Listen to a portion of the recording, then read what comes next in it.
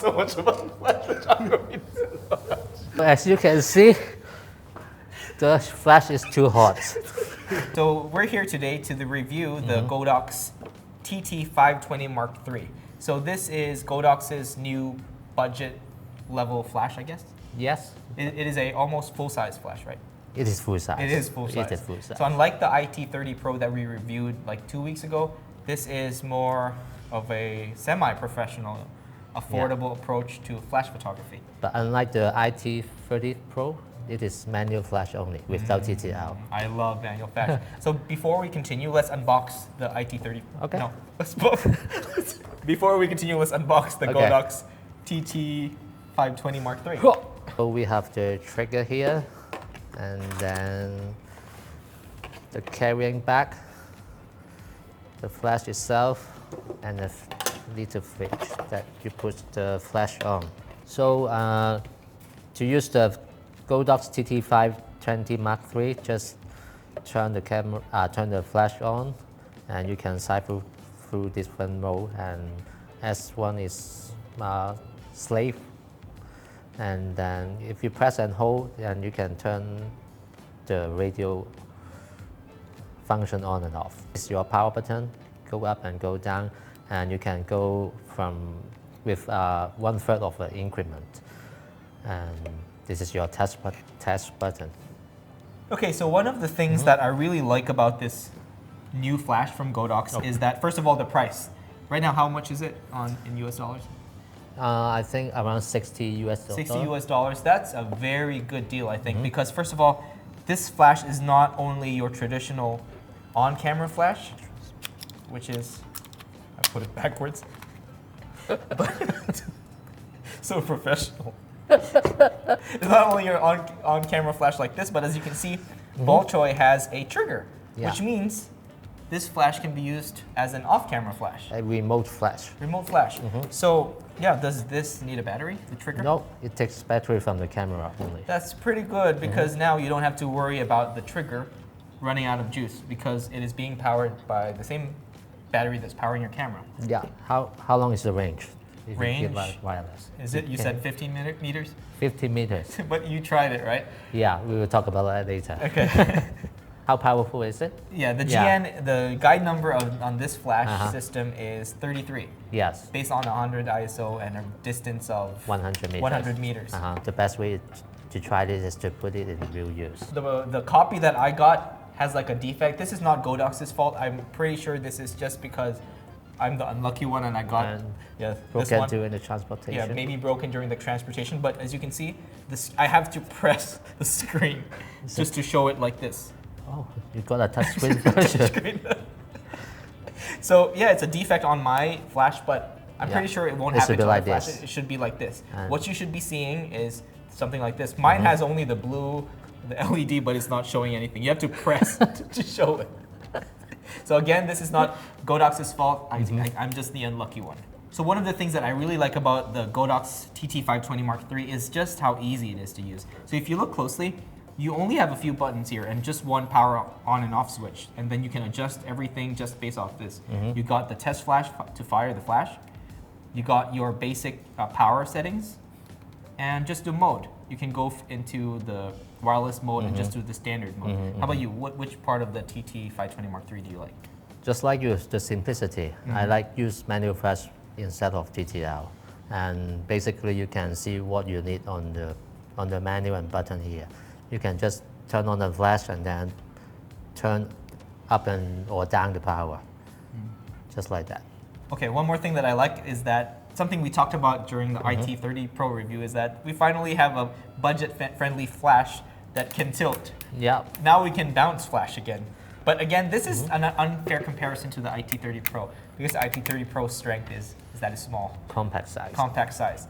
So this one, not only are you able to point it at your subject directly, which is not how we would recommend doing unless you have no other choice. That's how I test it. Yeah. We can bounce it off of the ceiling, and it can do how many degrees back?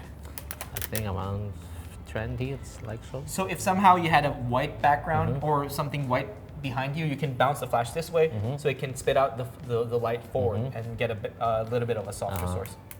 And they said if you use Ballchoy, you do not point it directly up, right? Yeah. You have to turn it A little bit, yeah. So that they will not light from directly above. Yeah, and you don't get the raccoon eyes, which is not really flattering when it comes to flash photography. So let's talk about the powering option for the Godox TT520 Mark III. It uses 4 AA batteries, which is your favorite. Yeah. I love any photography equipment that runs on batteries because once you run out, you won't run out of battery and you cannot change it. Yeah, because for some products nowadays, people try to make it consumer friendly. So they put everything with Type-C. But for semi-pros or pros, they prefer batteries that you can just hot swap. This is technically analog. You mean the interface? Yes. You cannot connect. There's no app to connect to the phone. Unlike the IT30 Pro, what's the difference? The IT30 Pro, you have to buy a specific version for your camera because you have to communicate with the camera from different brands. And you can, with the TT520 Mark III, you can put it on whatever brand's camera. And they can still use it in the same way. Yeah, so Ballchoy is right. Since this flash system does not have TTL, which means through the lens, you're using it only with the manual option, which means you can use it with a trick. Yeah, whatever camera you have. You can use something like Fuji, like this huge camera that you brought. Not huge. It's APS-C. You can put a battery grip. That's crazy. Okay. So on full power, the recycle time of this flash is 1.8 seconds. I think it's a little bit slower than the IT30 Pro. That one is 1.5 seconds. But it is a much more powerful flash. But it's very rare that you would use it at full power, I guess. Yeah, we talked about that in the last video. I think, of course, it's not the beginner's fault. Sometimes we tend to just full blast it and see, and then you slowly go down after trying it. Yeah. At least the first shot is all white. I'm going to run through a few cons, and later we're going to talk about Ballchoy's personal experience with using this flash system and my personal experience with it. But the first con that I see with other photographers that they might see this with is that this has no TTL. It's not really a con, but believe us when we say this, not having TTL will definitely make you a better flash photographer. Yeah, you learn more control over the light. Yeah. I wish I wasn't that guy before that only relied on TTL, because when TTL first came and became reliable, because a long time ago it wasn't reliable, but I think when Godox came out with the VA60 Mark III, it became a little bit more reliable, and I forgot to use manual. It's just so convenient. And then one time when I got this flash, I kind of had to relearn how to use manual flash again, which is good, which goes to show that manual flash photography is very useful. And more flexible to your environment. So let's talk about the unstable connection. Yeah, speaking of reliability, the wireless connection is a little bit under my expectation. So this is not a paid review. We're really talking about our real experience. Ballchoy, because I didn't use this as an off-camera flash. I used it for one event. I'm going to show some photos later, but I just used it for a school event. I shot for a school, and I just used it as an on-camera flash. But Ballchoy used it off-camera. So tell us your experience. I took the flash to a skate park. Hi, Ballchoy here. So Max had sent me out to test out the Godox TT520. So I will test this out as a on-camera flash now on my XH1 Fuji, and with 7.5mm lens.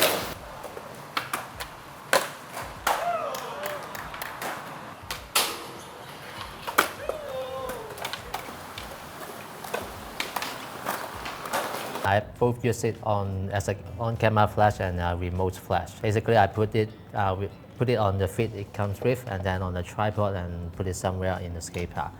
And on the official website, it advertised the range is 15 meters. 15 meters. But on that day, I'm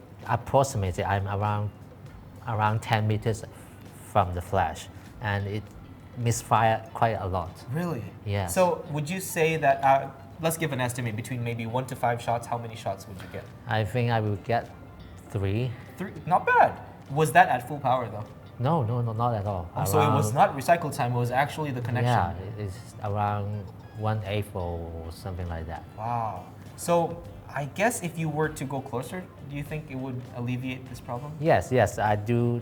When I find it misfire and try to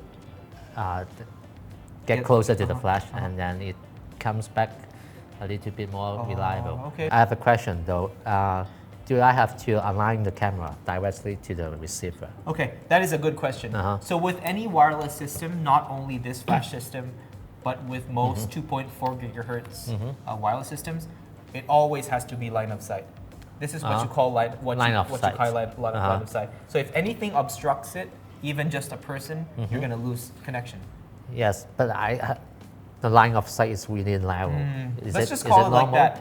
With any wireless system, they will advertise it. Let's pretend you always have to take it with a grain of salt. If a microphone system will tell you it's 100 meters, oh no, that's exaggerating maybe, like 50 meters. Just think of it it will function at half. Okay. So okay, that's where the reliability goes. I think so. Would you be able to safe to say that the reliable range would be like 10, not even 10? I think a little bit less than 10. So. Okay. Half of the advertised range. Okay, half of their advertised range. So as long as you guys are staying within less than 10 meters. But the problem is, if I use a remote flash, which means I need to stand away from the scene, then if it just got 7.5 minutes, it's just a little bit limiting. Okay. So for some people, this may look like a very big, like a nitpick. Drawback. Oh yeah, it's a big drawback. But you have to remember the triggers that some people use professionally, the X Pro 2 triggers, they're huge. And those triggers require AA batteries. This trigger is being powered by the camera, which means that's one less battery to worry about charging. And much smaller. Yeah. So what I would imagine people would use this is that they would hold the camera like this and then do this. Like they would take pictures. It works, maybe put a modifier on it. But instead of this, because this is, direct flash is okay, but there's no contrast there. If you want to get like the, like the Rembrandt lighting wherein you get shadow here, you light it here and then shoot here. That you're gonna get a better, more cinematic photo. I hate that word. Like a little bit more contrasty photo, you can do that. So I guess this kind of system, which the wireless system is not so reliable, it won't benefit people who rely on that solely. Right. So because of the connection issue, or maybe it's the problem with the trigger. And if you are a sport photographer and you cannot miss the shot, I will not recommend this, because when you miss the shot, you miss the shot. But you have to remember, usually if you're doing sports photography or event photography, most of the time the flash is going to be on the camera anyway. You're not buying this just for the wireless function. The wireless function is more like an added bonus. Oh, I'm buying this flash because it's compact, it's cheap. Oh, it comes with a wireless trigger. Or you can use just as an optical slave if you need to, or as an off-camera flash.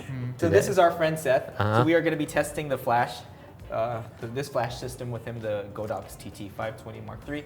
And we're going to show you some sample photos that you can achieve just by bouncing it off the ceiling or just direct flash. And Ballchoy is going to grab the shots with his Fujifilm XH1. That's XH1. With a battery grip, vertical grip. You don't need to copy his setup. It's just to make him feel better about his photography.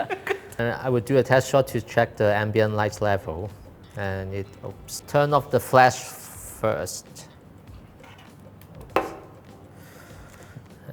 What? It is pairing with your light. Maybe do the editorial stuff. And then, voila! Talk so much about flash photography. As you can see, the flash is too hot. So who is this flash for? I'll start and you can say your opinion. So I think this flash is good for people who are on a budget, don't want to spend so much, but at the same time want to get decent quality of a flash without resorting to using those smaller IT30 Pros. There's nothing wrong with those. It's just, this is just a little bit more flexible because you get to bounce it, you get a bounce card, you get this diffuser dish on the front, you get a flash that uses AA batteries. Yeah, I think it is for some budget user as well, other than the size and the tilting head. And it is more powerful than the IT30 Pro, and the light source is a little bit bigger as well. And if you have multiple systems, it is a good start as well. Multiple systems mean if you have a Canon camera, Sony camera, Fuji, Olympus, you can use this single flash to use with all of those cameras because this flash system does not yet have TTL. Yeah, and no. No. So thank you so much for being here today, bro. Yeah. It's been this has been a pleasure to have you. For having me again. Yeah. So yeah, see you guys next time. Peace. Yeah. Peace.